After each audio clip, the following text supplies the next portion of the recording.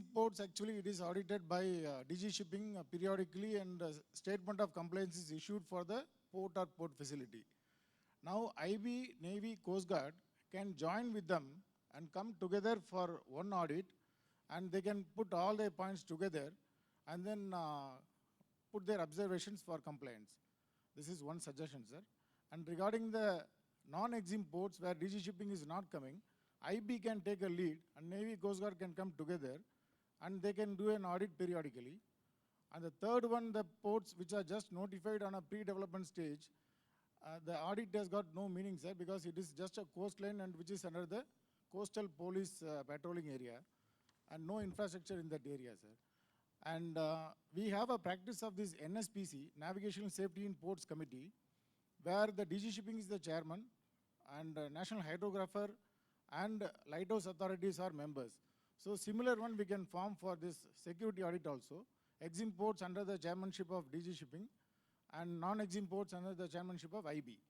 So this can harmonize the security audits and it will ease the authorities' issues there. Because one authority issues a clean chit, no issues on security. Other authority comes and says some observations. So this can be sorted out. So I'll request now then DG Shipping to Sir, we have DG Shipping, we have a representative from Indian Navy, Coast Guard, and also MHA representative is also there, sir. So I request them to please respond to this. The main issue of Tamil Nadu Maritime Board is that multiple audits are performed for security by Navy, Coast Guard, Intelligence Bureau, DG Shipping. Can we streamline that?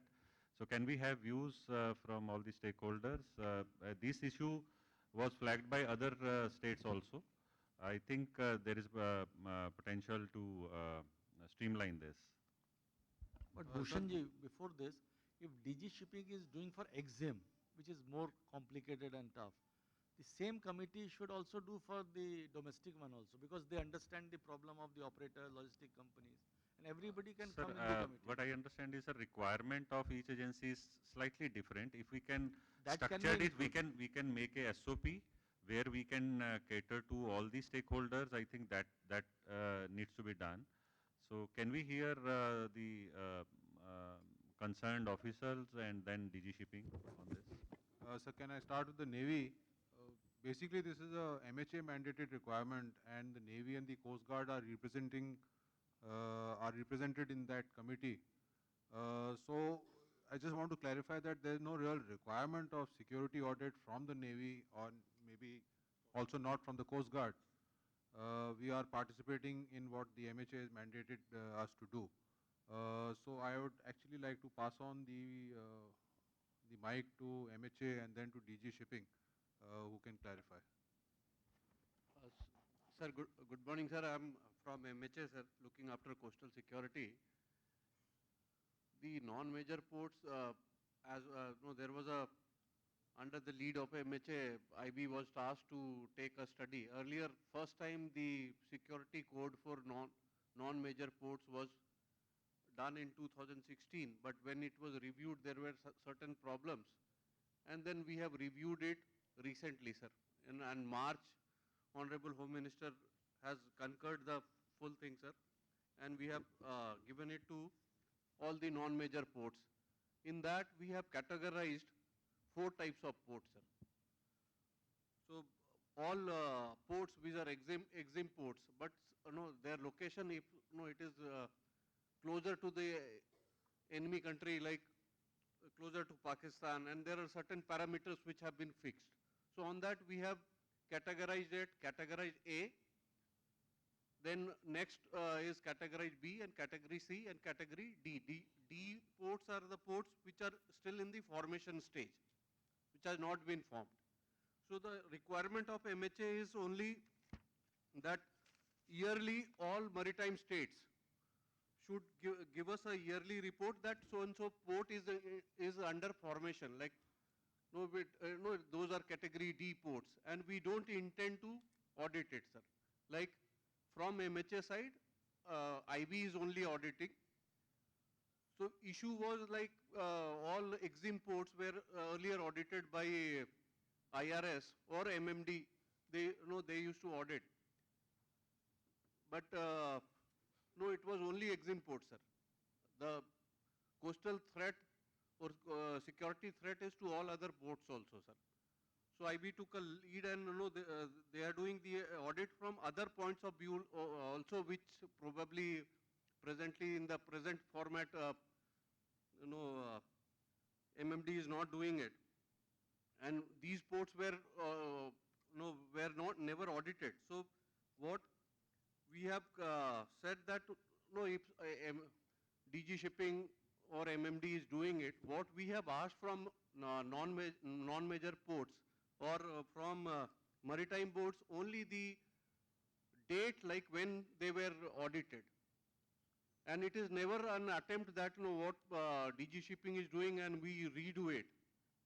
It is only like certain areas which are not being audited by DG shipping is like SPMs and VSVPs. So that also IB is auditing. It is that audit is done purely from the internal security angle. It has nothing with exim cargo.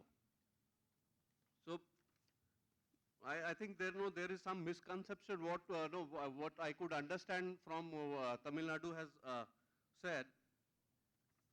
So basically, it is not an doing Navy and Coast Guard. No, we have said that Navy and Coast Guard to be in the board.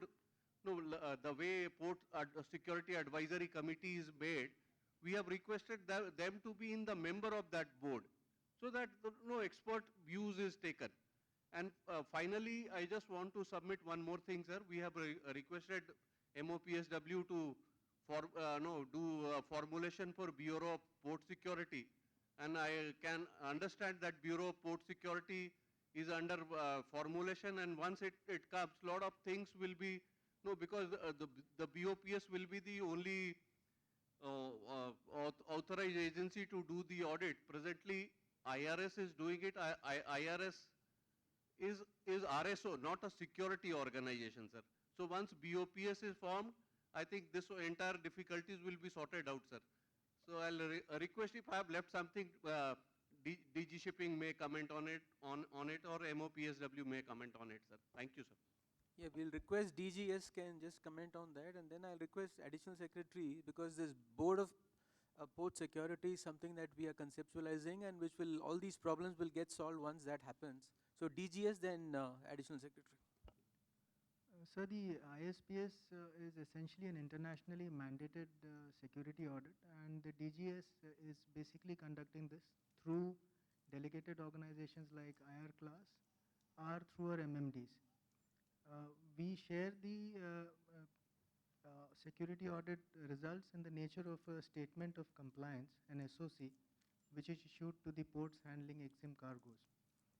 So the basic issue which the Maritime Board is raising from Tamil Nadu is multiple agency inspections. I would request that both for major, minor, and for ports in formulation, once the Bureau of Port Security is formulated, as was suggested by the Joint Secretary, a standard operating procedure which has a joint inspection modality is brought in, so that the audits are synchronized with all the agencies, and also the interface with the ports and the maritime boards is effectively done and not repetitively done. Sir. Good afternoon, sir. Sir, 2 points very briefly, sir.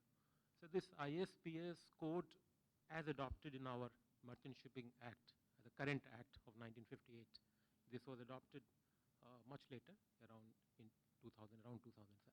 So this is applicable to all ports. This is not only the exim ports, but exim ports follow this ISPS code, because if they do not follow, their exim trade is affected. That is why they follow. But this is applicable to all ports. Number 2, sir, we are in the process of formulating ISPS rules and Bureau of Port Security rules. Both these rules are under the Merchant Shipping Act 1958. So this, the ISPS rules, this will have provision, very specific provision, that this ISPS code will be applicable even to the non-major or minor ports, the ports which are actually belonging to the state governments. There will be specific provision for that. And this has been the request, this has been the proposal coming from the MHA also. At every forum they have been requesting, because of the sensitivities involved in these smaller ports which are not very active in cargo or other activities. So this is one point, sir. Second point, which has been highlighted by the representative from MHA and also by the Director General of Shipping, sir, is about this Bureau of Port Security. There's separate rule that we are framing, and we are very advanced stage of finalizing that rule, sir. Is again in consultation with MHA and also other stakeholders. This Bureau of Port Security is it will become an organ of DG Shipping. It will assist DG Shipping. And with that formation, sir, it will have representation from MHA, from Coast Guard, maybe from Navy, and obviously the DG Shipping. So that formation, this bureau, will take care of this current issue which is being highlighted by some of the maritime boards. This will resolve that, sir. Thank you, sir. Please present that PPT. So next is Karnataka Maritime Board. Karnataka Maritime Board has flagged total 6 issues, sir. The first one is outstanding port dues not considered in the liquidation process by Ministry of Corporate Affairs. So we got a written reply from Ministry of Corporate Affairs. What they say is, sir, because their representative is not here, but I have a written communication from the ministry, sir. As per them, the port dues are part of operational dues, and operational dues, there is proper provision in the code, IBC code under section 521 for payment of operational dues. So the ports can file claim accordingly. That's their view. I request Karnataka Maritime Board Principal Secretary Shri Kapil Mohanji to please explain the other points as well. But this is the response from Corporate Affairs. Sir, I'm CEO Karnataka Maritime Board. Sir, we have couple of projects which are got stuck in the NCLT process. Now the issue over there was whether these are statutory dues or there are operational issues, sir. And as a result of that, these proceedings dragged on and all and have to go to NCLAT also, sir. Now if we take, sir, port authorities and all other things are considered by our CAG as government actually. And NCLT has taken a different view on those things. Now that becomes a big problem, sir. It is better, sir, this is sorted out. Otherwise, we have no problems with the NCLT decision being final in this thing. But then all these boards are also subject to the CAG audit also, sir. They should also be on board onto the same understanding on the matter, sir. Because of this confusion, we litigate till the last possible end so that we protect our interest in the future, that we have done our level best to recover these dues. A clarity on this, which would be, sir, circulated, would be very useful as we are planning to commercialize more and more operations in the Maritime Board in years to come,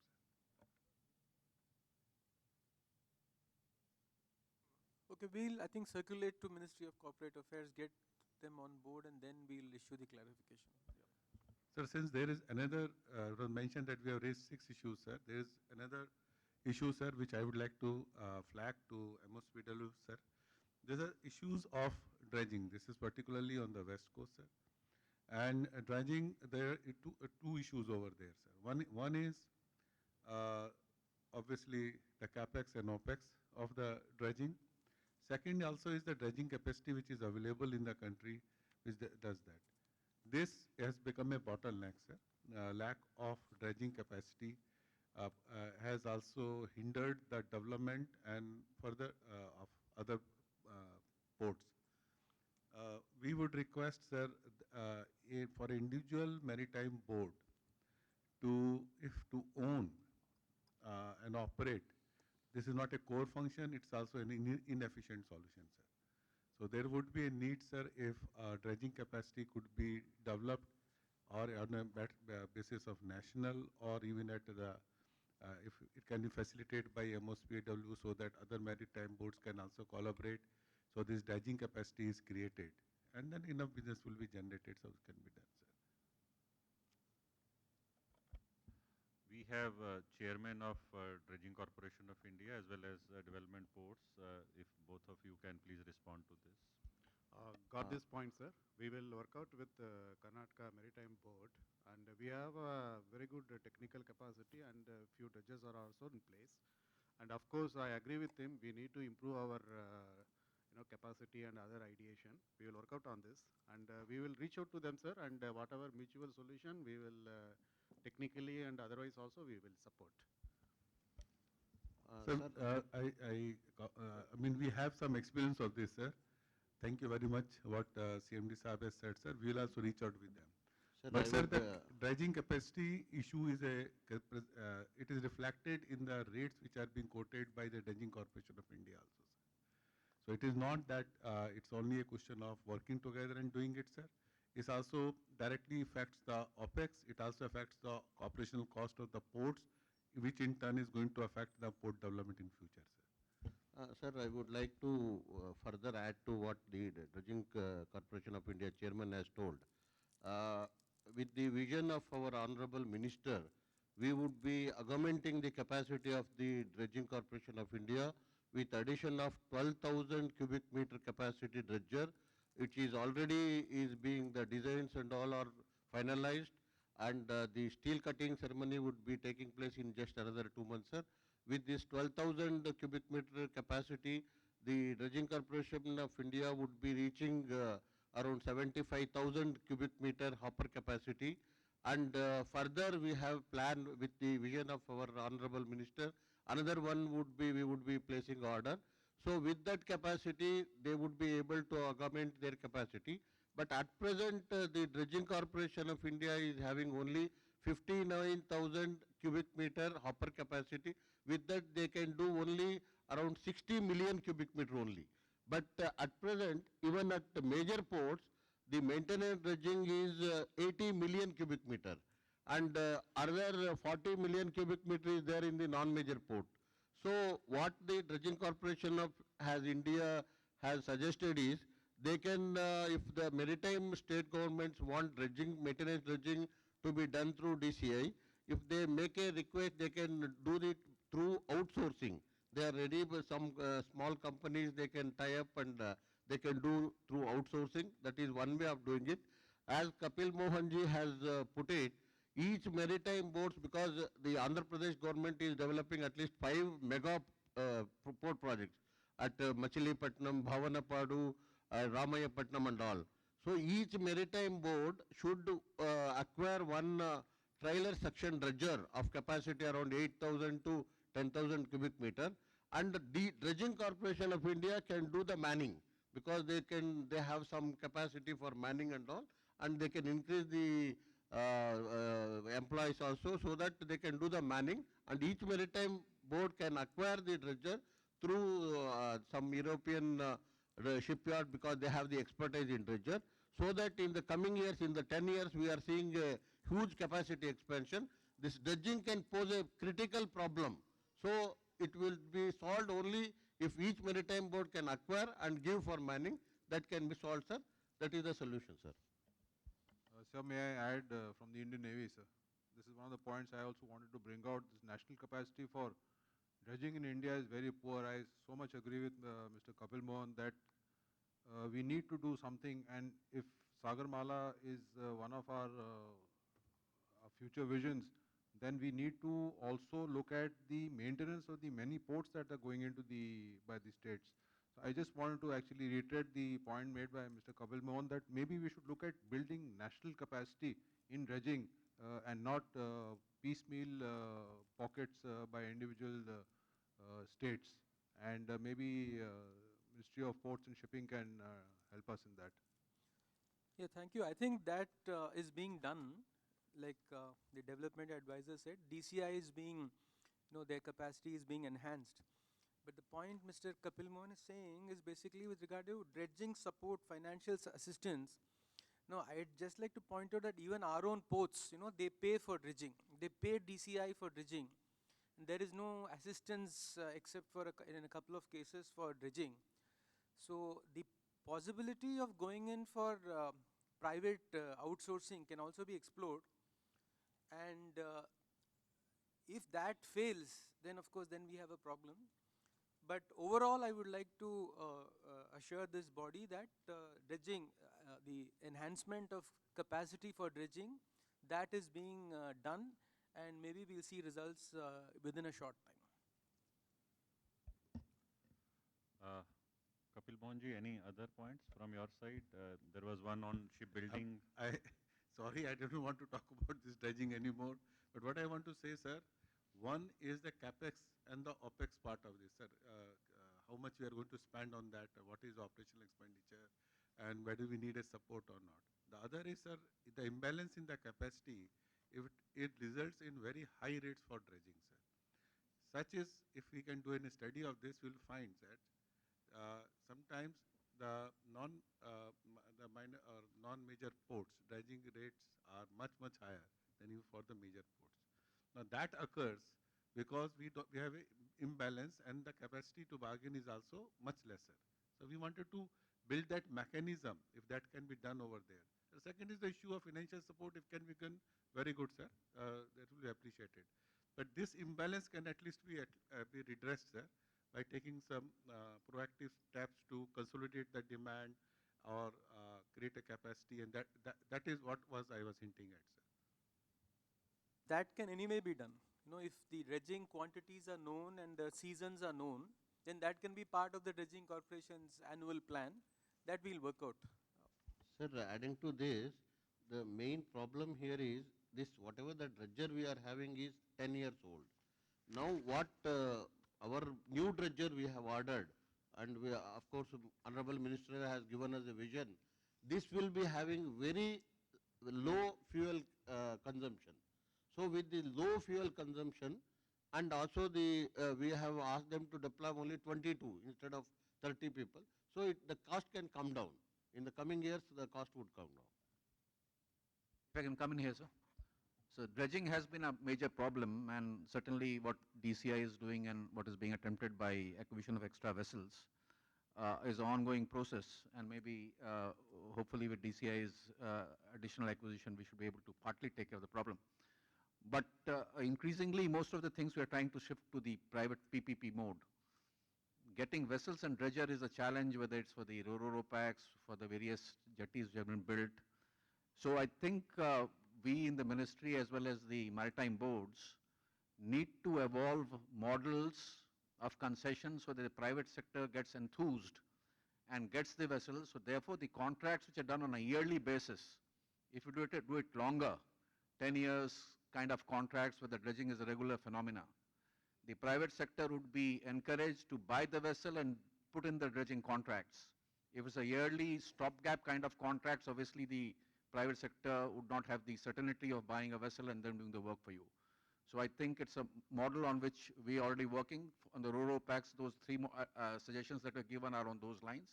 On dredging also, while we do it, the major users also have to think on those lines so that there's overall capacity addition in the country in this direction. And sir, we have successfully used it in the inland waterways because there was hardly any dredger when we started. So we gave long-term contracts, 3 years, 5 years, and companies have come in. So earlier we did not get a single bid for dredging on the rivers because they have such a large stretch. Now we are getting 4 bids in each of the stretches. So you give a 5 years contract, they will procure dredgers and deploy it. You give both wherever capital is required, they will also keep on shifting the dredgers. Where capital dredging is complete, they will deploy those dredgers required for maintenance and use it elsewhere. Yeah, next issue, any further issue from Karnataka Maritime Board? Other issues were also there related to shipping, building and other projects. Sir, these are bit specific to the Karnataka Maritime Board. So we would just say, sir, that the Lakshadweep Jetty has been mentioned in one of the presentations over which was being made by the MOSPW. Sir, we thank Minister Shipping for doing that, sir. we would also look for starting of these cruise operations on a PPP basis, and we were hoping that SDCL or other corporations would take it us. This basically, this is a historical route, sir, which from Mangalore to the northern islands of the Lakshadweep agglomeration, that is being sought to be revived by that, sir. And there has been a lot of both all from the passenger as well as the cargo front of that. So that was one point which we had put over there. We would like if SDCL can or any other mechanism can be done for accelerating this exercise, because Lakshadweep being UT, there isn't much response from that side. So it is everything we are doing, but if that can be done from the MSDW, sir, that would be also a very flagship project in our opinion for the ministry, sir. So, sir, that we will have a separate meeting with the administration, right? So another one was we wanted to declare Savarna River under national waterways. So in the presentation made by the Joint Secretary, it was said that it will be addressed when the Chairman IWI would be doing, but it has not I'll been mentioned. respond right so itself, because I think my presentation was getting wrong, so I didn't remember it. So the cargo potential in this has not proved it to be viable, because dredging cost is very high. If you can assure cargo, then only we can take it. Otherwise, see, to declare a new waterway, we have now from 6 waterway, we have increased to 111 waterway. And we have a task of developing this waterway 20,000 kilometers. So if new waterways have to be taken, the act has to be amendment. It has to be taken as an amendment, because this is in the act. But there has to be sufficient cargo. Presently, the data says there is no sufficient cargo. Passenger, for that you can start the, in PPP mode you can start the ferry, like you have seen so many presentations, right? If you can have some data on cargo, can give it to us, then we will work on it. Previous slide, go back. Go back. One more. Previous slide, yeah. Shipbuilding also, there was some issue from Karnataka side. Yeah, I have not finished that. I was waiting for the reply, sir. For the shipbuilding, sir, there is a scheme for concession for building ships up to 20%. There was we have a large number of shipbuilders which are in fact building smaller ships and for catering to the domestic market. And they had asked us to put this, and if the same kind of set of concessions can also be SBFA, can be considered for those ships which will be promoting our domestic cargo movement and all, if that can be considered by the ministry, sir. Only for bigger ships which are being written, this is for small ships. Request Additional Secretary to. So the current policy is not covered. Less than 24-meter length of vessels are not covered under financial assistance policy. And very recently, sir, there were requests from the Shipyards Association of India and also Cochin Shipyard of various other amendments in the policy. But again, DG Shipping has not recommended the vessels which are below 24 meters of length. But in view of the fresh request coming in, sir, we will have the issue examined again. Next, this point may be considered as a request, sir, fresh request.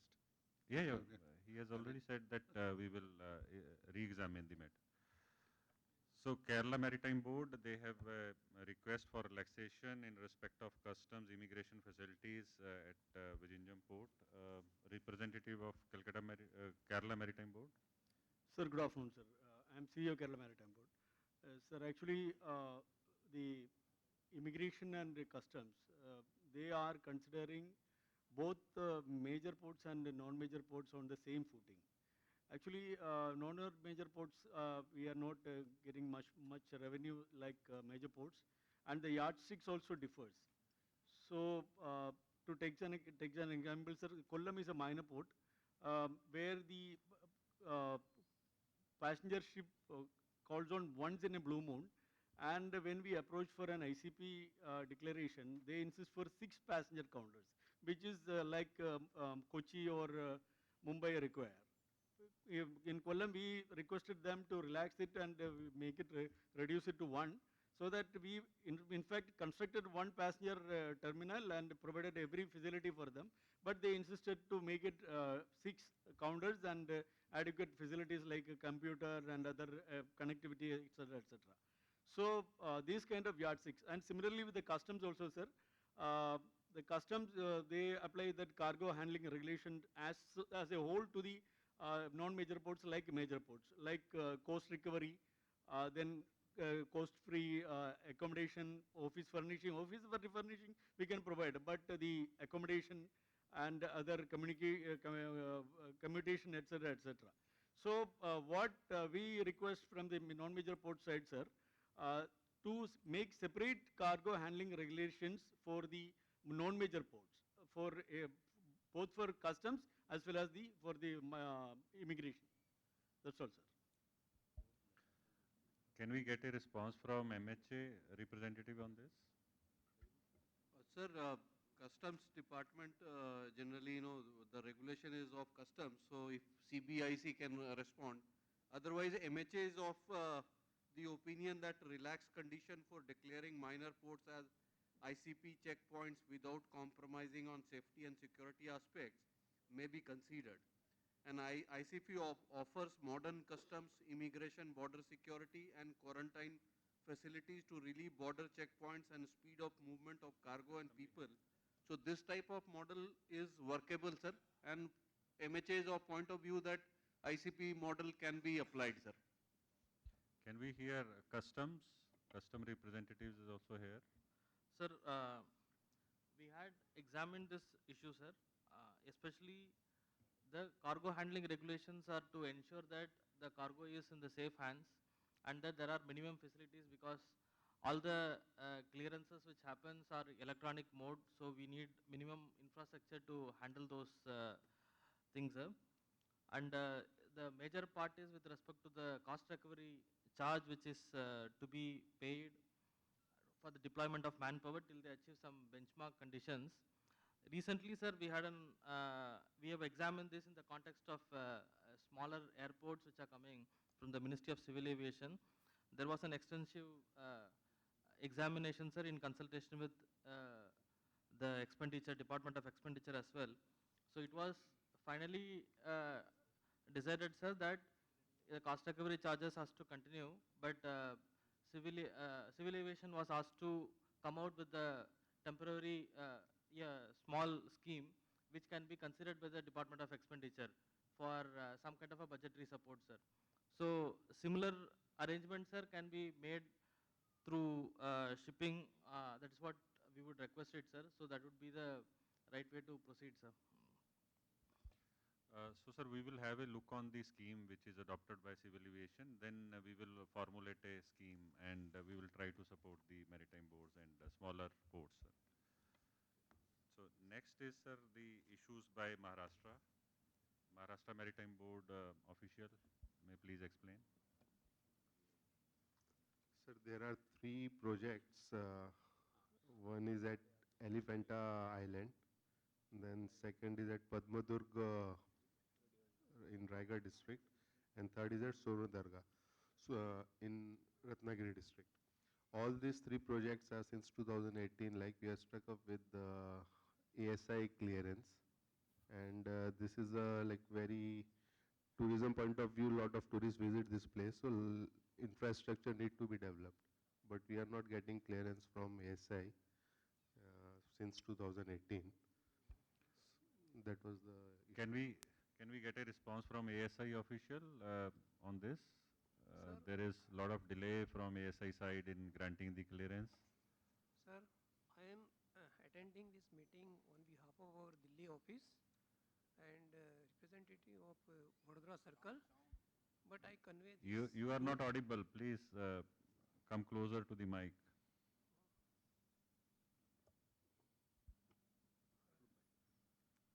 Sir, so I convey this to our competent authority and we will expedite this at earliest. Please expedite this because these places are having a high tourism potential. So expedite these approvals. Yes, sir, I understand. Next point. dredging cost we have already discussed. Then obstruction from submarine oil and gas pipelines in Mumbai.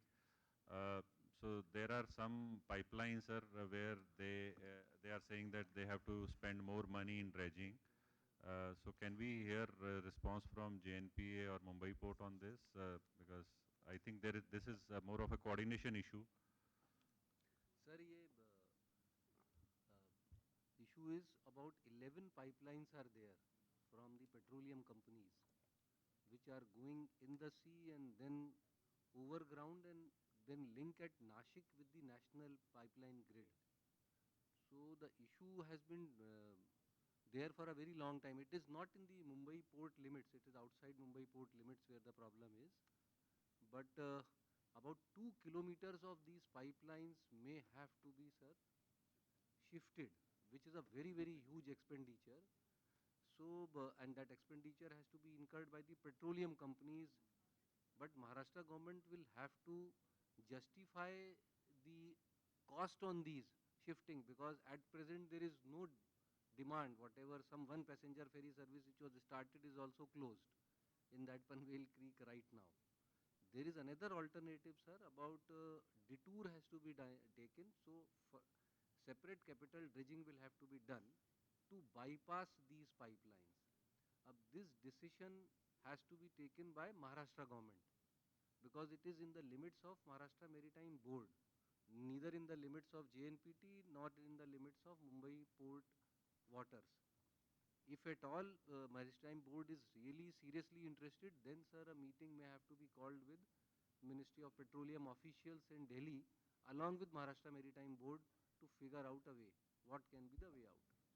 Sir, we have found a solution on this, because from JNPA and Mumbai, we are developing up to Dharamtar port. This is a riverine waterway system, and we spoke to GAIL because there is a GAIL pipeline. They are ready to deepen the channel part because our channel is not very wide, and that cost is much less. Not even a kilometer has to be reduced. And now they have a design in which they can deepen, they can take the pipeline down below with a kink and take it forward. So that is available because now the design is almost being finalized by the GAIL for our project. So in this case, sir, Maharashtra Maritime Board can give us a more quantified proposal.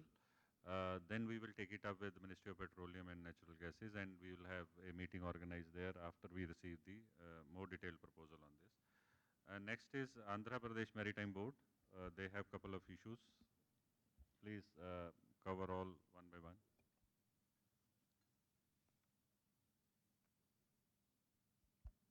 Andhra Pradesh. Yes. Good morning, sir. Slide. Sir, the first point is standard pilotage rules, sir. As of now, for all major ports, IPA has given the rules and they are following it. But as far as minor ports are concerned and maritime boats, there is no standard rules, sir. So we request IPA to frame the rules for all the maritime boats to follow, sir. That's our first request. No, IPA's rules are for Indian ports, the major ports, because they are an association of major ports. So if you want them to be applied here, I think we'll have to look at some dispensation. We'll examine it and get back. Thank you. Yes, sir. If they give guidelines, so we can definitely take those guidelines and follow, sir, all maritime boats. Sir, may I respond, sir? Yes.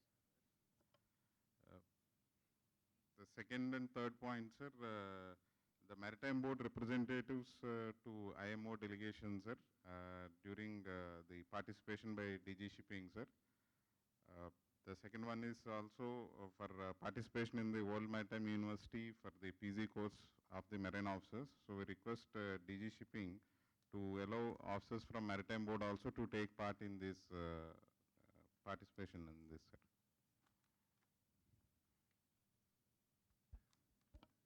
DG Shipping may take a note and they may evaluate. Yeah. Next point. Yes, sir. For the fourth point, sir, the coastal vessels may be permitted with bonded bunker. Sir, we received various representation from the owners, sir, regarding duty paid and bonded bunkers used in the coastal vessels, sir. But as of now, for container vessels, it is allowed, sir, in coastal. But other than container vessels, the rest is not allowed, sir. For bulk carriers and others also, our request is that this may be allowed, sir, which will increase the coastal shipping, sir. There is an apprehension that this will be misused by the users, sir. So for that, there may be some mechanism can be developed wherein it can be monitored and it can be properly used, sir. So MOS can do a comprehensive study on this, and a recommendation to CBIC will clear the issue, sir, on this. Can we get a response from DG Shipping? If DG Shipping can respond to this point. So could you please repeat again? Sorry, Sir, I was... the usage of bonded bunkers by the coastal shipping, sir. This has to be given by the finance department. The exemption should come from the finance, sir. So my request is that MOS can do a comprehensive study on this, because there will be a cost analysis between railroad, water transportation, which we are not able to do because of lack of data with us, sir. If that is done by MOS and that subsequently forwarded to finance, then they will take a call on that, sir. Sir, if I'm permitted, sir, DG Shipping wouldn't have that. Okay, so we'll look into this and we'll revert to Andhra Pradesh Maritime Board. Yes. Next is on the single voice permission, sir. Sir, during 15th and 16th MSDC meetings, result of those meetings is that we are having movement of inland vessels along the coast, sir, now. And small entrepreneurs have come up, and in the last 5-6 years, there are almost 40 flat top barges and utility vessels of around 25 to 30 have been constructed, sir, in the last 5-6 years. As of now, the construction, as we see in the east coast and west coast also, we require all this infrastructure that is being supplied by this IV vessel, sir. That is purely the outcome of our 14th and 15th MSDC meeting, sir, because allowing these IV vessels to operate along the coast and all these things.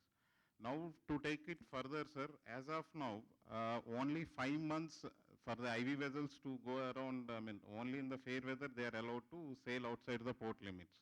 And the rest of the time they are not allowed. That is another major hindrance for the owners or others to invest more or, get into the business is there, sir. Now, there is a solution. We have written a letter to DG, sir, 4 years back, that as of now, Incois is having a capability of getting the live weather data, sir, and also the estimating the future weather data. So APMB, Andhra Pradesh Maritime Board, has an MOU with Incois, and they are giving us the data on real-time basis, sir, which is available on the website for everyone, wherein we can see what is the present weather data and the next predicted 7 days data also. So basis on that, these permissions can be given, sir. Instead of keeping only to 5 months, it should be open to 12 months, and then based on the real-time data, the permissions can be given, sir. So this request DG Shipping to look into it, and that will really encourage and the coastal shipping and also the IV vessels, sir. Sir, if I'm allowed to respond, sir. So basically, the permissions are given for the fair weather seasons only, and vessels are specified with conditions such as without cargo and without passengers for the single voyages. And the permissions are for the fair season for the Arabian Sea side from the 1st of September to the 31st of May. Now, the issue of safety comes in, sir, and if we do delegate these permissions to the Maritime Board, as they have mentioned that the meteorological data is available, considered SOP would have to be involved, sir, because presently we are doing these permissions through the registered organizations and only for this limited period, that is for these specific 5 to 6 months, either on the Arabian Sea side or on the Bay of Bengal side. Even power is not delegated, sir. If it is SOP is made and it is allowed for 12 months, that is good enough. Yeah, we'll examine the creation of the SOP and we'll see what we can do. And the last point also, sir, in the 5 nautical mile corridor, sir, that was also the result of MSDC only, sir. What we are requesting is that in the SOC, minimum, some exemptions within the state. If they are flying within the state, not going outside the state, whereas they have only 6 hours of sailing or 8 hours of sailing, the manning requirement, they all can be reduced, sir. We are requesting a revision of exemption on that, sir. Like equipment also, like sextants, they are not required when they are only in the daylight hours sailing. So, in relevant to the SOC, some exemptions power can be given to Maritime Board depending on the situations, on the case-to-case basis. So this would essentially be case-to-case basis, sir, because the DG Shipping Order 8 by 2018 very clearly specifies the grounds for the issue of the SOC, sir. So case-by-case basis, because as was mentioned, it is only limited to the coastal state, and during daytime, those case-by-case, we will set up a system so that there is expeditious issue of the SOC, sir. Okay. So next is Gujarat Maritime Board. Gujarat Maritime Board, we have 2 issues, basically incentivization of multimodal use of cargoes. So I think that aspect Mr. Mehtaji has covered in his slide, and I think we are already looking into this. The second one is the port community system. The SOP may be distributed. I think that we can do. Benivalji, if you want to add something on this. Yeah, most of our points have been covered in the representation of other boards also, sir. They are almost same. The sport community system, national single window system can be developed, sir, for easy permissions and all. MDIPA can. Sir, I think he has gone out. So maybe, sir, this we will take it up with Gujarat Maritime Board. Sir, already we have had a meeting at the technical team level, but we will sort out and take it forward. In any case, it's envisaged that all the non-major ports will also be on NLP. So we are working out, SOPs for that. So that all maritime boards can come on board on the NLPs. Next is the issues of Indian Coast Guard. If Indian Coast Guard officials can present their issues.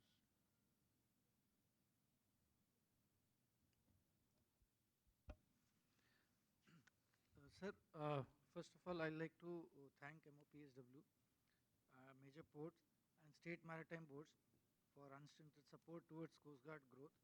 Together, we'll work to shape the future of maritime future of this country. Please come closer to the mic. Yes, sir.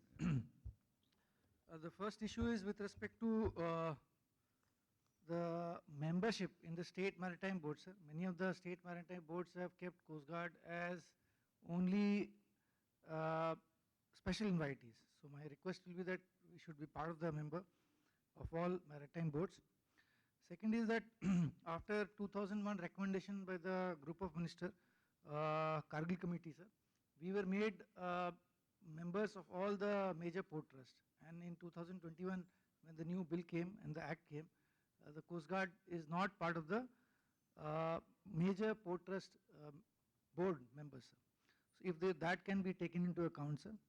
The third issue is levying of idle anchorage charges by few ports, and I will request and submit to the gathering, sir, if the idle anchorage charges, as most of the ports are not charging, the ports which are charging, if they can also exempt, and no port dues charges which are also being done by few of the ports, major ports, if it can be exempted for the Coast Guard operations. Thank you, sir. Thank you. We have taken note of your request, and we will examine this.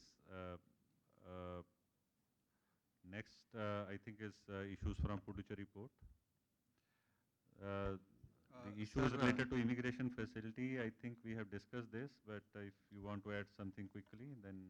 Sir, With permission of Honorable Minister, this is Sunil Paliwal here, Chennai Port Authority, sir. We have a small issue with our Indian Coast Guard. With involvement of both the ministers, that is Raksha Mantri sir and Union Cabinet Minister for Port Shipping and Waterways, a decision was taken regarding the 99-year lease for Coast Guard, and the amount was reduced, concession was given at 25%, and 162 crores is pending payment, which was due by 31st March 2022. Earlier they said that we can renew that without interest, we'll be willing to take that amount. Now they are again coming back that they should be given 50% discount, which is already decided between two honorable ministers. So this is like, you know, again we are going back to the previous situation. So this may kindly be honored and payment can be done. Maybe Indian Coast Guard authorities may kindly inform their higher-ups.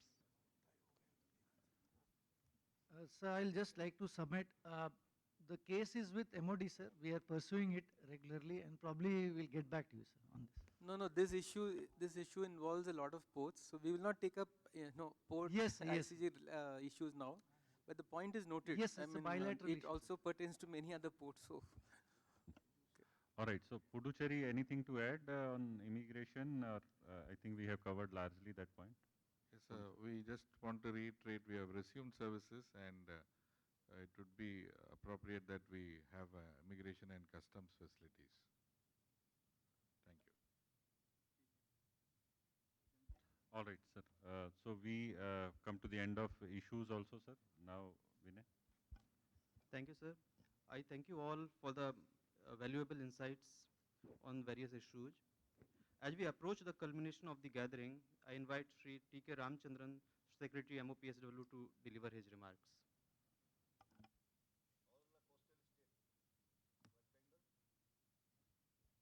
Sir, we have not received issues from West Bengal, sir. Whatever issues we have received, we have compiled that. Odisha se bhi, sir, we have not given, and if you kindly permit a minute, sir, I'll like to submit two suggestions. Sir, we have not received written one, but if Usha Padiji wants to highlight a couple issues, Is then it okay, please. sir? Okay, just a minute. Thanks for this opportunity to MOPSW. Sir, the first suggestion is what the presentation which was made today, National Maritime Heritage Complex. We are very happy to be part of it. One suggestion from Odisha, which is also having a very enriching heritage, maritime heritage. We have our own museum, sir. So we don't mind sharing some of the artifacts with this museum, and we can send also. But maintenance and continuously looking after this pavilion would be logistically different, sir. So that can be considered. So state can come on board and we can submit and we can give some artifacts or display some artifacts in our pavilion, but it can be taken care of by the whichever is the central organization running that museum, sir. Number two, in fact, we were provided some time for presentation, but because of the paucity, all the states are not given that opportunity. We have a excellent training institute, crew training institute in the eastern India, which is at Chandbali. So maybe this forum can also think of bringing that mechanism, considering the Maritime Vision Plan 2030, and thinking that futuristic skill jobs are the job roles under the maritime, and tell us what type of training we should be taking, and we can get that idea. Otherwise, that professionalism and bandwidth is not with the state. We are ready to give the capex, opex, land, everything, but we don't have that much of bandwidth, so that can be considered. And the third suggestion, sir, maybe it is continuation of the second. Maybe ministry can help us in listing out some of the professionals who can work in various fields and help the states to have that advisory board, and we can get some inputs regularly. Thank you, sir. Sir, if I may permit it, I'll just respond to Usha to say that the training programs we have been conducting for all the ports. So any training that you require, you can just get in touch with the Maritime University. Ma'am, we want to have our institution to upgrade. I mean, maybe we can collaborate and have your satellite station. Thank you. Sir, good afternoon. Sir, is there any representative from West Bengal? We would like to hear you. Yes, sir. Good afternoon, sir. Yeah. Sir, from West Bengal, sir, Inland Waterway Authority of India, sir, they have entered into an agreement with one private party for developing a terminal in Miaport, sir, this downstream of Farakka barrage. Sir, it's mainly, it will be used for transporting the minerals to the Bangladesh, sir. So I heard, sir, this the file now it's with the Finance Ministry, sir, for customs clearance. If it can be expedited, sir, it will be very helpful.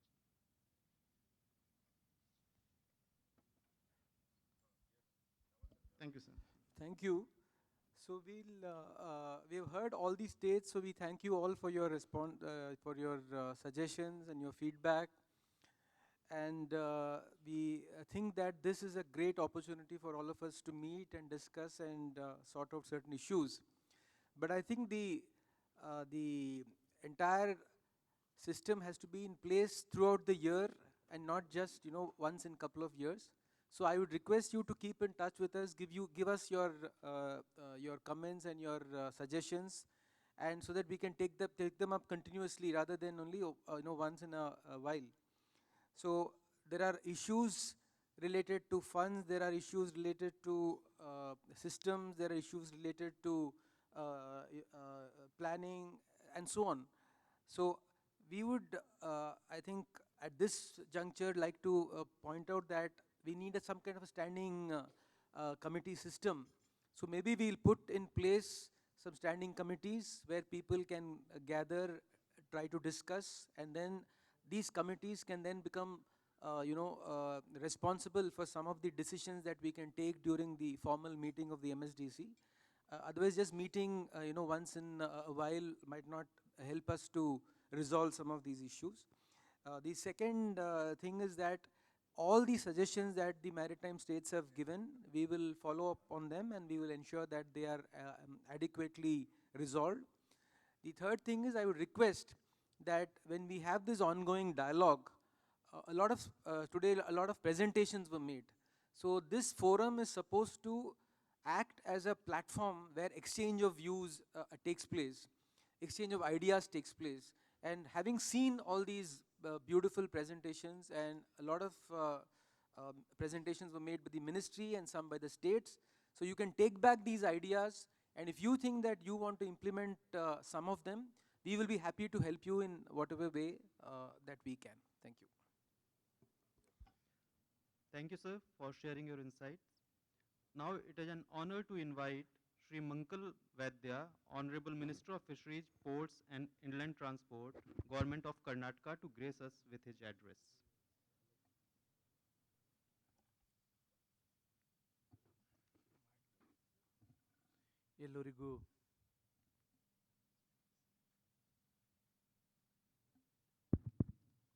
ಎಲ್ಲರಿಗೂ ನಮಸ್ಕಾರ. ಭಾರತ ಸರ್ಕಾರದ port shipping ಮತ್ತು ವಾಟರ್ವೇ ಸಚಿವರಾದ ಶ್ರೀ ಸರ್ಬಾನಂದ್ ಸೋನಾವಾಲಾಜಿ ಅವರೇ, ಸಭೆಯಲ್ಲಿ ಉಪಸ್ಥಿತರಿರುವ ಎಲ್ಲ ಸಚಿವರುಗಳೇ ಹಾಗೂ ಹಾಜರಿರುವ ಎಲ್ಲ ಹಿರಿಯ ಅಧಿಕಾರಿಗಳೇ, ಮೊದಲನೇದಾಗಿ ಕರಾವಳಿ ಕ್ಷೇತ್ರವನ್ನು ಅಭಿವೃದ್ಧಿಪಡಿಸುವ ಏಕೈಕ ಗುರಿಯೊಂದಿಗೆ ಇಲ್ಲಿ ಸೇರಿರುವ ಎಲ್ಲ ಕರಾವಳಿ ಭಾಗದ ಪ್ರಮುಖ ಪಾಲುದಾರರನ್ನು ಸೇರಲು ಆಹ್ವಾನವನ್ನು ನೀಡಿರುವುದಕ್ಕಾಗಿ ಮಾನ್ಯ ಶ್ರೀ ಸರ್ಬಾನಂದ್ ಸೋನಾವಾಲಾಜಿ ಅವರಿಗೆ ಅಭಿನಂದಿಸುತ್ತೇನೆ. ನಮ್ಮ ದೇಶದ ಕರಾವಳಿ ವಲಯದ ಪ್ರಮುಖ ಸಮಸ್ಯೆಗಳ ಚರ್ಚೆ ಮತ್ತು ಪರಿಹಾರಕ್ಕಾಗಿ ನಿರ್ಣಾಯಕ ವೇದಿಕೆಯಾಗಿದೆ ಮತ್ತು ಅದರ ಅಭಿವೃದ್ಧಿಯ ಕಡೆಗೆ ಸಿನರ್ಜಿಸ್ಟಿಕಲ್ ಪ್ರಯತ್ನವನ್ನು ಖಚಿತಪಡಿಸುತ್ತದೆ.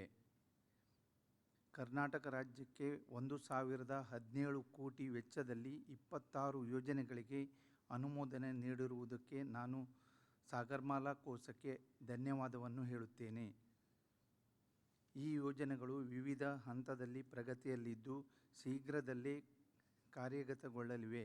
ಇದರಿಂದ ರಾಜ್ಯದ ಬಂದರುಗಳ ಸರಕು ನಿರ್ವಹಣೆ ಸಾಮರ್ಥ್ಯವನ್ನು ಹೆಚ್ಚಿಸುವ ನಿರೀಕ್ಷೆಯಿದೆ. ರಾಜ್ಯದಿಂದ ಸಾಗರ್ಮಾಲಾ ಯೋಜನೆಯಡಿ ಈಗಾಗಲೇ 1145 ಕೋಟಿಗಳ ಅಂದಾಜು ಮೊತ್ತದಲ್ಲಿ 12 ಯೋಜನೆಗಳು ವಿಸ್ತೃತ ಯೋಜನಾ ವರದಿಯನ್ನು ಸಲ್ಲಿಸಲಾಗಿದ್ದು, ಈ ಯೋಜನೆಗಳು ಕೇಂದ್ರ ಸರ್ಕಾರದ ಸಕಾರಾತ್ಮಕ ಪರಿಗಣನೆಯಲ್ಲಿದೆ ಹಾಗೂ ಯೋಜನಾ ವರದಿಗಳು ಸಲ್ಲಿಸಿದ ಈ ಯೋಜನೆಗಳಲ್ಲಿ ಮಲ್ಪೆ ಬಂದರ್ ಮತ್ತು ದಕ್ಷಿಣ ಕನ್ನಡ ಜಿಲ್ಲೆ ಮಂಗಳೂರಿನಲ್ಲಿ ಬಹುಪಯೋಗಿ ಬಂದರುಗಳಲ್ಲಿ 4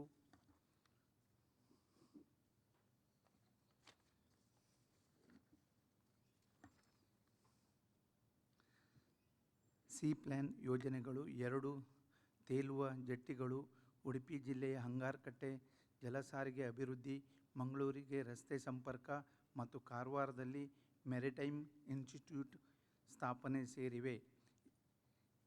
ಇದಲ್ಲದೆ ಈ ಯೋಜನೆಗಳನ್ನು ಕಾರ್ಯಗತಗೊಳಿಸಲು ರಾಜ್ಯವು ಪೂರಕವಾಗಿ ಕ್ರಮವನ್ನು ತೆಗೆದುಕೊಳ್ಳುತ್ತಿದೆ. ಆದ್ದರಿಂದ ಭಾರತ ಸರ್ಕಾರವು ಈ ಯೋಜನೆಗಳಿಗೆ ಶೀಘ್ರದಲ್ಲಿ ಅನುಮೋದನೆ ನೀಡುವಂತೆ ಕೋರುತ್ತೇನೆ. ಕರ್ನಾಟಕ ರಾಜ್ಯದ ಮಾನ್ಯ ಮುಖ್ಯಮಂತ್ರಿಗಳಾದ ಶ್ರೀ ಸಿದ್ದರಾಮಯ್ಯನವರ ಸಮರ್ಥ ನಾಯಕತ್ವದಲ್ಲಿ ರಾಜ್ಯ ಸರ್ಕಾರವು ವಿವಿಧ ಯೋಜನೆಯನ್ನು ಕೈಗೊಂಡಿದೆ. ಉದಾಹರಣೆ, ಬಂದರುಗಳ ಉನ್ನತೀಕರಣ, ಬಂದರುಗಳಲ್ಲಿ ಕೋಸ್ಟಲ್ ಬರ್ತ್ಗಳ ನಿರ್ಮಾಣ, ಹಡಗು ನಿರ್ಮಾಣ ಚಟುವಟಿಕೆಗಳಿಗೆ ಉತ್ತೇಜನ ಹಾಗೂ ಬಂದರುಗಳಿಗೆ ಸಮರ್ಪಕ ಕಲ್ಪಿಸುವ ಯೋಜನೆಗಳಿವೆ. ಕರ್ನಾಟಕ ರಾಜ್ಯದಲ್ಲಿ ಸಾರ್ವಜನಿಕ ಖಾಸಗಿ ಸಹಭಾಗಿತ್ವದಲ್ಲಿ PPP ಮಾದರಿಯಲ್ಲಿ ಬಂದರುಗಳು ಅಭಿವೃದ್ಧಿ ಮತ್ತು ಕರಾವಳಿ ಆಧಾರಿತ ಪ್ರವಾಸೋದ್ಯಮ ಮೂಲಸೌಕರ್ಯಗಳ ನಿರ್ಮಾಣ ಯೋಜನೆಗಳನ್ನು ಕೈಗೊಳ್ಳಲಾಗಿತ್ತು. ಈ ಯೋಜನೆಯನ್ನು ತ್ವರಿತವಾಗಿ ಕಾರ್ಯಗತಗೊಳ್ಳಲಿದೆ. ಸರ್ಕಾರವು ಪೂರ್ವಭಾವಿ ಕ್ರಮವನ್ನು ತೆಗೆದುಕೊಂಡಿದೆ ಎಂದು ತಿಳಿಸಲು ನನಗೆ ಸಂತೋಷವಾಗುತ್ತಿದೆ. ಮಾನ್ಯ ಮುಖ್ಯಮಂತ್ರಿಯವರ ನೇತೃತ್ವದಲ್ಲಿ ಕರ್ನಾಟಕ ರಾಜ್ಯದ ಮ್ಯಾರಿಟೈಮ್ ಮಿಷನ್ ಆಫ್ ಇಂಡಿಯಾ ಅನುಗುಣವಾಗಿ ರಾಜ್ಯದ ಕರಾವಳಿ ಕ್ಷೇತ್ರದಲ್ಲಿ ನಿಜ ಸಾಮರ್ಥ್ಯವನ್ನು ಅಭಿವೃದ್ಧಿಪಡಿಸುವ ನಿಟ್ಟಿನಲ್ಲಿ ಶ್ರಮಿಸುತ್ತಿದೆ. ಅಂತಿಮವಾಗಿ ಸಭೆಯಲ್ಲಿ ಉಪಸ್ಥಿತರಿರುವ ಎಲ್ಲರಿಗೂ ಧನ್ಯವಾದವನ್ನು ತಿಳಿಸುತ್ತೇನೆ. ಜೈ ಹಿಂದ್, ಜೈ Karnataka. Thank you, sir, for your perspective. Now it's an honor to invite Sri Thiru E.V. Vellu, Honorable Minister of Public Works, Government of Tamil Nadu, to address the gathering. Honorable Union Minister for Ports and Shipping and Waterways, Sri Sarbananda Sonowal ji, Ports Minister of Coastal States, the official and general of state government, major ports, Maritime Board, ladies and gentlemen, Vanakkam. And greeting from Tamil Nadu, I would like to express in sincere gratitude to the Honorable Union Minister of Ports, Shipping and the Waterways for the convening and the inviting me to the 19th Maritime State Development Council meeting. I would also like to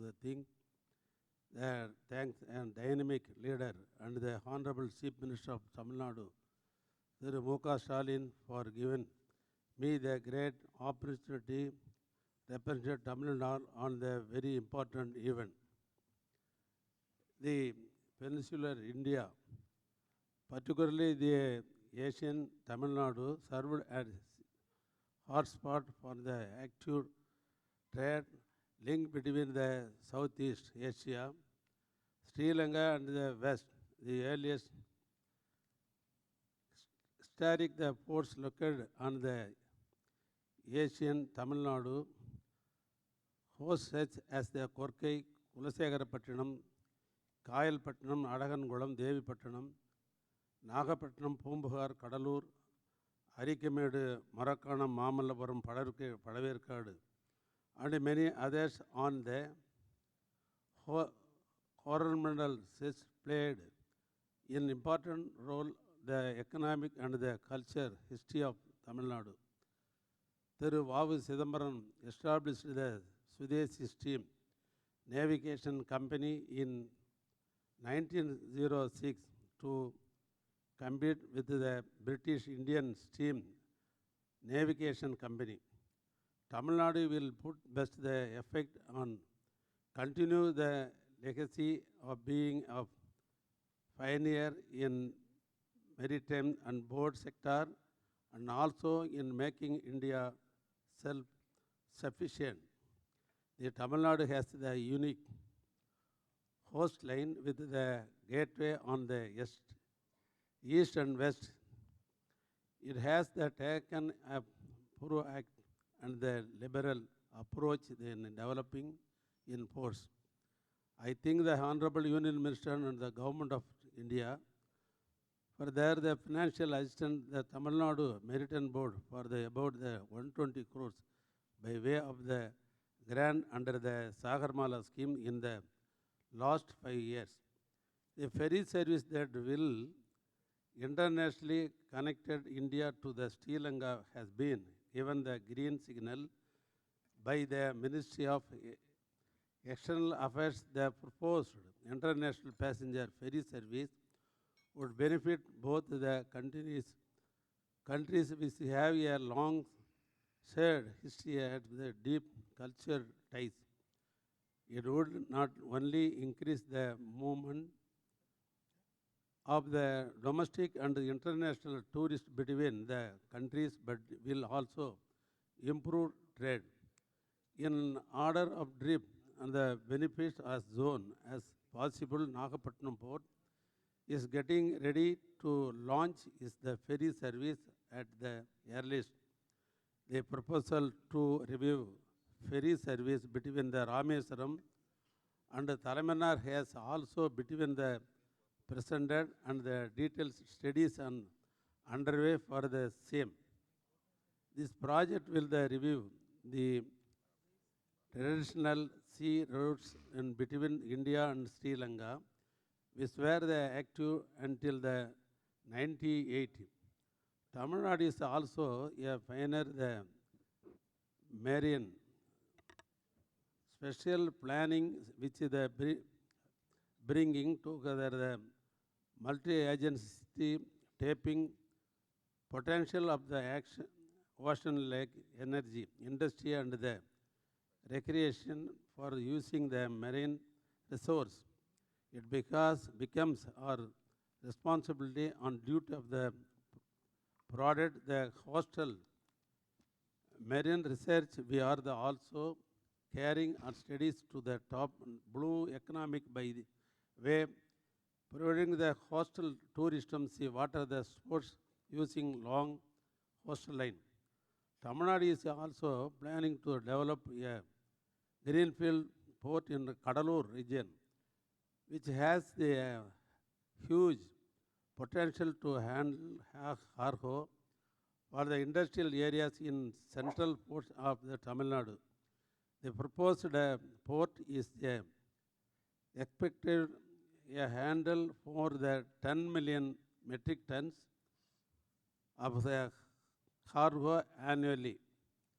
I would like to conclude by the existing extending by the warmest the greeting to all the guests and the expected the speakers who are here share their experience in their respected field and I once again thanks Honorable Union Minister for giving me opportunity in addressing the views of Tamil Nadu in the 19th MSDC meeting.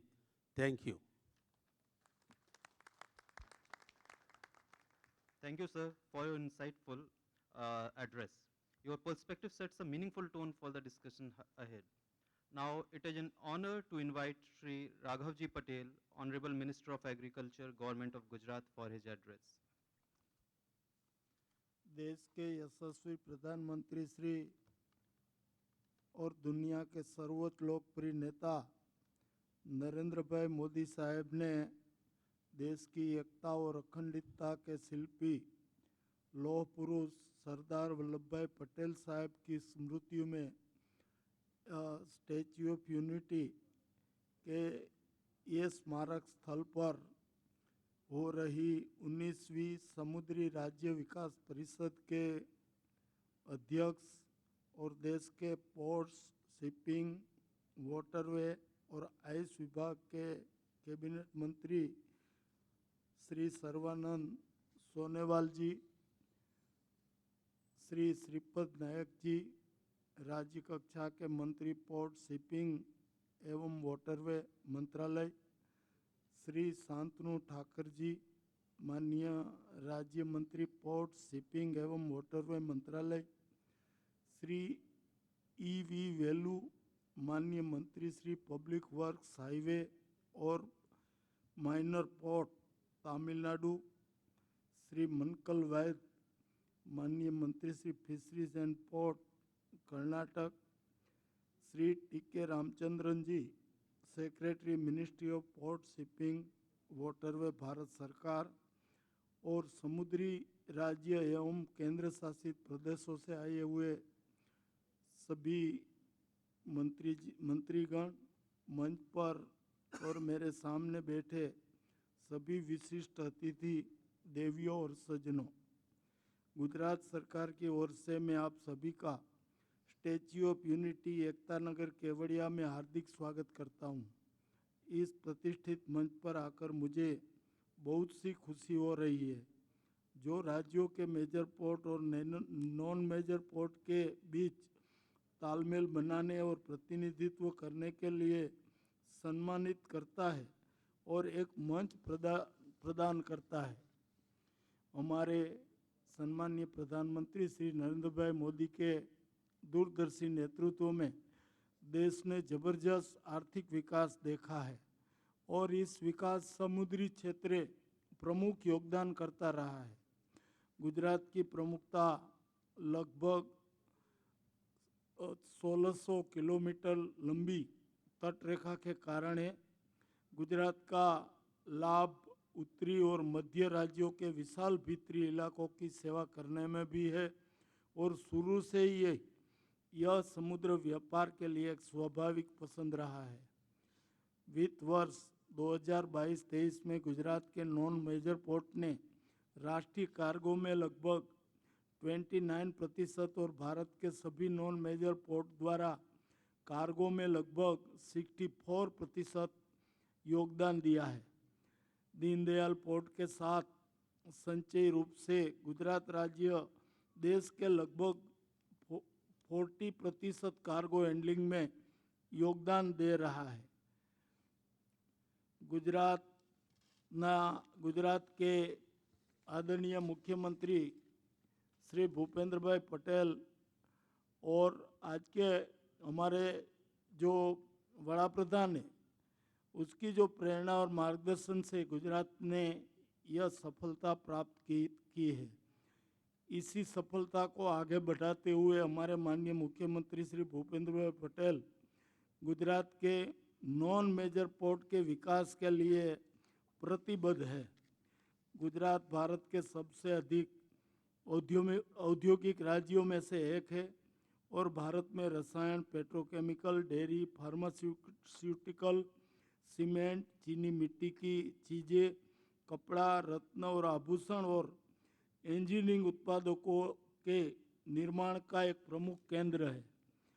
Gujarat वह राज्य है जो भारत को 5 trillion अमेरिकी dollar की अर्थव्यवस्था बनाने में सक्षम करने के लिए अथक प्रयत्न कर रहा है। बंदरगाह क्षेत्र में गुजरात की प्रगति का श्रेय मुख्य रूप से राज्य की सक्रिय नीति तंत्र, राज्य में आने वाले अधिक औद्योगिक निवेश और गुजरात पोर्ट आधारित विकास मॉडल को दिया जा सकता है। गुजरात ने हजीरा, दहेज, पीपावाव, मुंद्रा में कार्गो विशिष्ट पोर्ट और टर्मिनल विकसित किए हैं। वर्तमान में गुजरात इन पोर्ट में लगभग 90% स्वच्छ ऊर्जा कार्गो को संभालता है और शेष भारत को आपूर्ति प्रदान करता है। हाल में गुजरात की एलएनजी हैंडलिंग क्षमता प्रति ईयर 27.5 मिलियन मेट्रिक टन की है। जाफराबाद में स्वान द्वारा छारा में एचपी एलएनजी द्वारा टर्मिनल की परिकल्पना की गई है। दोनों परियोजना पूरी होने के करीब है। पेट्रोनेट एलएनजी ने तीसरे एलएनजी टर्मिनल के साथ अपनी एलएनजी हैंडलिंग क्षमता जोड़ने का प्रस्ताव दिया है, जिसके बाद एलएनजी हैंडलिंग क्षमता 15 मिलियन मेट्रिक टन बढ़कर कुल 42.5 मिलियन मेट्रिक टन प्रति वर्ष होगी। भावनगर में ग्रीनफील्ड पोर्ट दुनिया का पहला सीएनजी आयात टर्मिनल होगा, जो बहुउद्देशीय कार्गो को संभालने के लिए भी सुसज्जित होगा। इसके अलावा गुजरात आर्थिक विकास को बढ़ावा देने के लिए मल्टी मॉडल कनेक्टिविटी और प्रमुख बुनियादी परियोजना के विकास पर ध्यान केंद्रित कर रहा है। गुजरात में पोर्ट और पोर्ट आधारित लॉजिस्टिक को बढ़ाने के लिए गुजरात पोर्ट एवं लॉजिस्टिक कंपनी लिमिटेड और Gujarat rail infrastructure development limited को शामिल किया गया है। गुजरात इन क्षेत्रों में बढ़ते एक्जिम और घरेलू माल यातायात को पूरी करने के लिए गति शक्ति कार्गो टर्मिनल नीति के तहत मोरबी, अहमदाबाद जिले और जामनगर जिले के बेड़ी पोर्ट में रेल माल टर्मिनल की योजना बना रहा है। अर्थव्यवस्था में वृद्धि के लिए हमारे पोर्ट के पास बढ़ते एक्जिम यातायात को पूरा करने के लिए आवश्यक बुनियादी ढांचे की आवश्यकता होगी। पीएम गति शक्ति सागरमाला कार्यक्रम जैसी भारत सरकार की महत्वाकांक्षी पहलों से गुजरात में ब्लू इकोनॉमी की विजन 2047 को सक्षम करने के लिए दिए गए समय सीमा में महत्वपूर्ण परियोजनाओं को कार्यान्वित कर रहा है।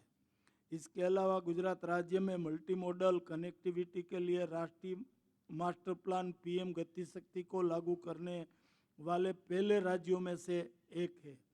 देश में शिप रिसाइलिंग उद्योग की बात करें तो भारत का अलंग दुनिया के अग्रणी ग्रीन शिप रिसाइकलिंग करने वालों देशों में से एक है और वैश्विक स्तर पर रिसाइकलिंग की जाने वाली कुल संख्या का लगभग 70% हिस्सा प्राप्त करता है। अलंग शिप रिसाइकलिंग यार्ड सामान्य सुविधा जैसे शिक्षण संस्थान, वेस्ट मैनेजमेंट सुविधा, श्रमिकों के लिए मल्टी स्पेशलिटी अस्पताल, हाउसिंग कॉलोनी से सुसज्जित है और इसके अलावा गुजरात में छोटे शिप के रिसाइकलिंग के लिए जामनगर के सचाणा के शिप रिसाइकलिंग यार्ड को भी पुनः कार्यान्वित किया गया है।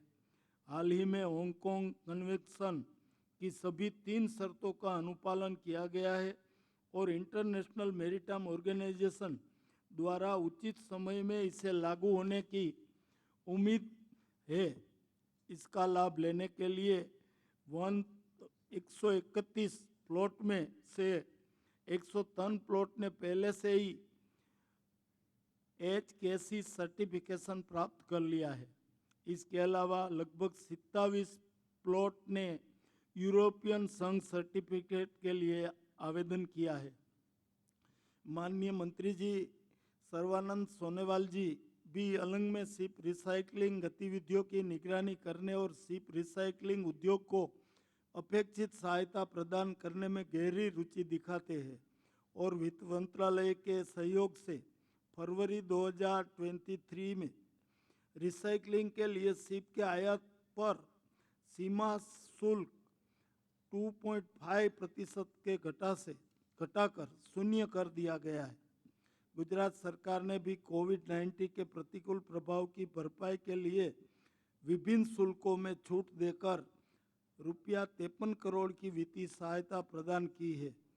इसके अलावा वर्ष 1923-24 के लिए विभिन्न निर्धारित शुल्क में 28 करोड़ की सहायता दी गई है। मछुआरा समुदाय की आजीविका में सुधार के उद्देश्य से गुजरात के मांगरोल, सूत्रापाड़ा, वेरावल और माधवाड़ में मत्स्य पालन पोर्ट के विकास की परियोजना शुरू की गई है।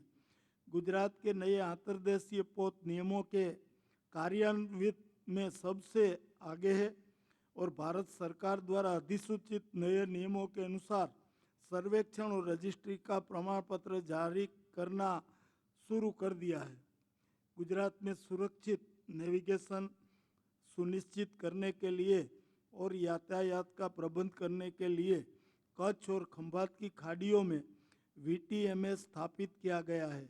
इसके अलावा कौशल विकास की कमी और समुद्र क्षेत्र के लिए कुशल जनशक्ति की फ्री उपलब्धता के मुद्दों को संबोधित करने के लिए गुजरात मैरीटाइम यूनिवर्सिटी की स्थापना की गई है।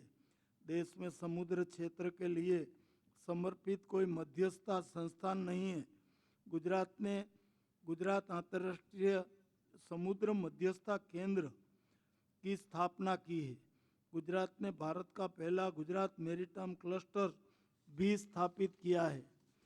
मध्यकालीन और प्राचीन काल से भारत की समुद्र विरासत की खोई हुई महिमा को पुनर्जीवित करते हुए भारत सरकार ने देश में अपनी तरह की एक परियोजना शुरू की है। गुजरात के लोथल में राष्ट्रीय समुद्री विरासत परिसर को विश्व स्तरीय अंतर्राष्ट्रीय पर्यटन स्थल के रूप में विकसित करने की योजना है, जो देश में अपनी तरह की पहली योजना है। गुजरात केवड़िया और साबरमती जैसे स्थानों पर नौका के साथ राज्य में जल परिवहन पर्यटन को बढ़ाने की भी योजना बना रहा है। गुजरात राज्य और केंद्रीय एजेंसियों के समन्वय से रोपाक सेवाओं के विकास संबंधी गतिविधियां भी चल रही है।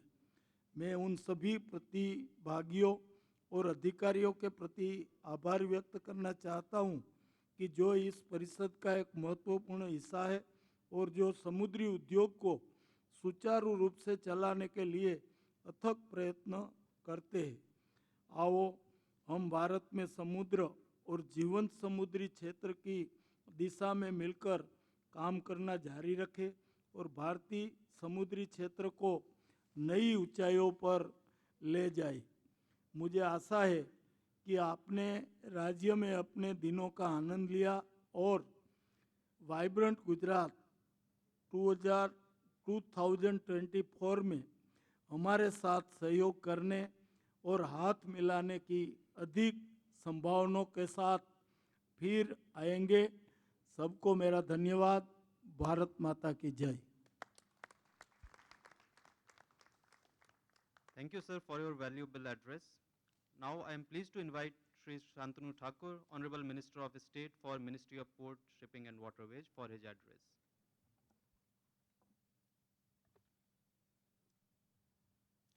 Good afternoon to everyone, and thank you very much to giving me the opportunity in this fascinating and emphasized program. It is held on Kevadia, Gujarat, because for the Maritime State Development Council. Today, in this program with me, respected Honorable Union Minister for Port, Shipping and Waterways and Ayush, Sri Sarbananda Sonowal ji, Honorable Minister of State, Sri Patnaik ji, Honorable Minister Sri Raghav Patel ji, Minister of Agriculture, Government of Gujarat, Honorable Minister Sri Mankal Vadia ji, Minister of Fisheries, Port and Inland Transport, Government of Karnataka, Honorable Minister Thiru E.V. Velu, Minister of Public Work, Government of Tamil Nadu, Secretary of Port, Shipping and Waterways, Sri T.K. Ramchandran ji, Chairman, Indian Port Association and Mumbai Port Authority, Sri Rajiv Jalota ji, Chairman, Inland Water Authority of India, Sri Sanjay Bandyopadhyay ji, former Chairman,